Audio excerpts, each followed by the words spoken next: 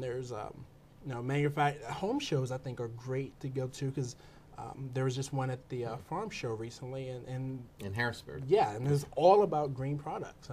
There's a company now that's working on a reflective coat, and actually it's so hush hush they didn't even put any details out, but a reflective coat that can reflect during full sun and absorb. You place it on your roof shingles, during the winter. Oh. So it's like, wow, the house that we live in now, is it going to be anything like what a house might be in 10, 20 years? Wow.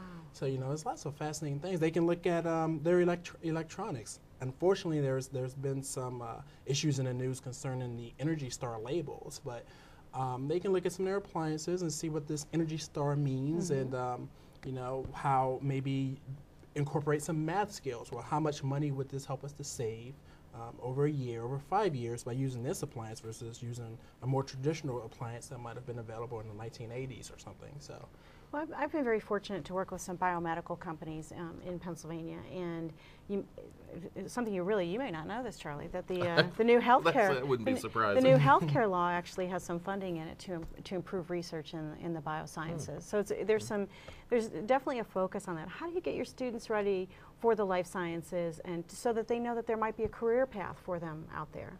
Well, one thing that generally is emphasized, especially in high school, especially is when we try to emphasize with students, and this is a big shock for some of them, that you're going to have to leave the folks home eventually, and you might want to start making some money on your own so you can get those Xbox and PlayStation games that you want to get without having to ask mom and dad. We make real world connections. How is what we're learning in when we cover, the reproductive system, how is that connected to real world? How is that connected to prescription drugs that are available? Some of the Super Bowl commercials that you are inundated with all the time. When we talk about the animal, different classes and their interactions, and something as simple as an earthworm. It's gross, it's icky, no one wants to touch it, but how well would gardens and farms and things be without these aerating the soil? So we make connections to that, and then we can go towards agriculture and some careers in agriculture or careers in vet medicine. And for many of our students who, I like biology because I think of it as an intro science. It's like, even if you think science is so hard, so difficult, experiments, research, blah, blah, blah, many of the topics we cover in biology are ones they're very familiar with already. So they're like, oh, okay, that kind of explains more of why there's so many variety of vegetables and fruit in the grocery store that maybe wasn't there 20 years ago. How did that happen? What is going on with this organic movement? Why do people care? What are heirloom vegetables? Why should I be concerned if genetically modified crops are planted, and why is it why do people have any problem with it at all? So there's lots of different directions. So much to learn. Yes. In the last 30 seconds that we have here today, Mr. Howard, could you share with us perhaps a glimpse into the future? What is the Commonwealth Connections Academy planning to do in the near future with biology and biology instruction? Anything in the horizon that's being planned? Well, I'll tell you what, and we've already kind of branched out into this year, and we just plan on expanding this more and more so. One thing that's very surprising for a cyber school is that the science department in our school places a strong emphasis on actually going out into the field and doing research, or going out into the field and experience and what's out there. We just had a group of science teachers that took a trip to Erie for a school field trip, where students can go out into a boat and view some of the bird life there and take some water testing samples. So, in the future, I'm hoping to have being in a unique position to have students across the state. One thing we can do especially with our high school program, is maybe take a very strong focus and maybe even collect data for universities that could be possibly used, and that could spark the interest and pursuits of some of our high school students to go towards college for some of those science careers that those skills could be used for. Okay. Great. Well, thank you very much for being with us today. We appreciate you sharing some of the things that are being done with the Academy, and hopefully all of you folks out there will emphasize the sciences with your children today and in the future. We hope to see you again here soon. We'll be back with the next segment of Behind the Headlines right after this. Behind the Headlines is brought to you as a public service by PAConstructionJobs.com, where you can look for job openings, post a resume, or learn more about a rewarding career in Pennsylvania's highway construction industry. And by the Pennsylvania Business Council, envisioning a Commonwealth in which residents enjoy a very high quality of life in sustainable communities.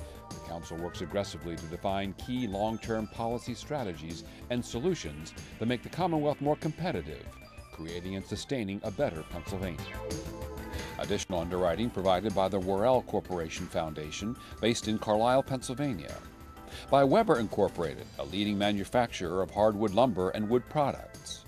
The Highway Equipment and Supply Company, Central and Northeast Pennsylvania's authorized distributor for premier construction equipment manufacturers. And the American Home Bank, a nationally chartered and FDIC insured yet locally owned and operated bank in central Pennsylvania. And by the Pennsylvania Manufacturers Association. Business in Pennsylvania is our business. Behind the Headlines is also supported as a public service by Daily Express, transporting construction, farm, and industrial equipment throughout the United States.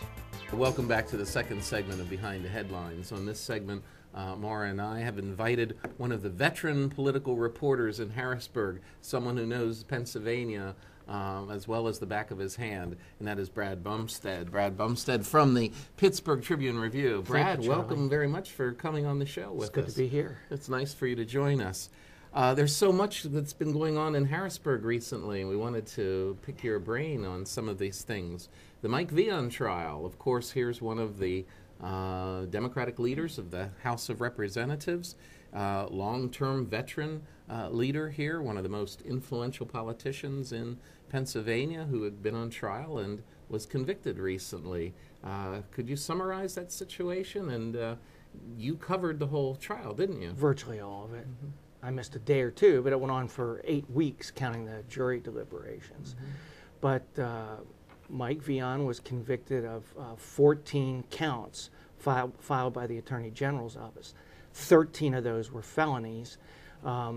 He was accused of overseeing a $1.4 million secret program to award bonuses to legislative staffers to work on campaigns. Those counts were among, the bonus charges were among those that he was convicted of. Overall, there were 59 charges against Vian, and he was acquitted of 45 of them. Two co-defendants, two of his former aides, were also convicted of felonies, and one former aide, Steve Kiefer, was acquitted of all charges.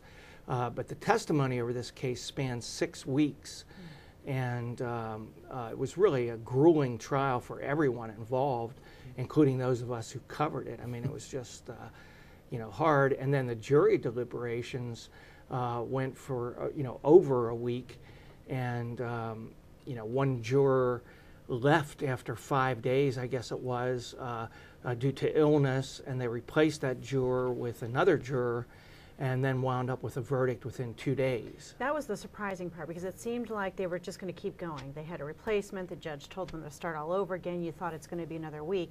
Suddenly, there's a verdict. Yes. And I actually was, being the political junkie that I am, on Twitter that night as the counts were rolling in. So it was fascinating to be seeing, what was really happening in real time, because it was 8 or 9, it was nighttime when they came. Oh yeah, it was close to in. 9 o'clock at right. night before it was wrapped up. So if you wanted anything, you had to wait till 11 o'clock news to see it. But it was really interesting to see the verdict coming in as it was.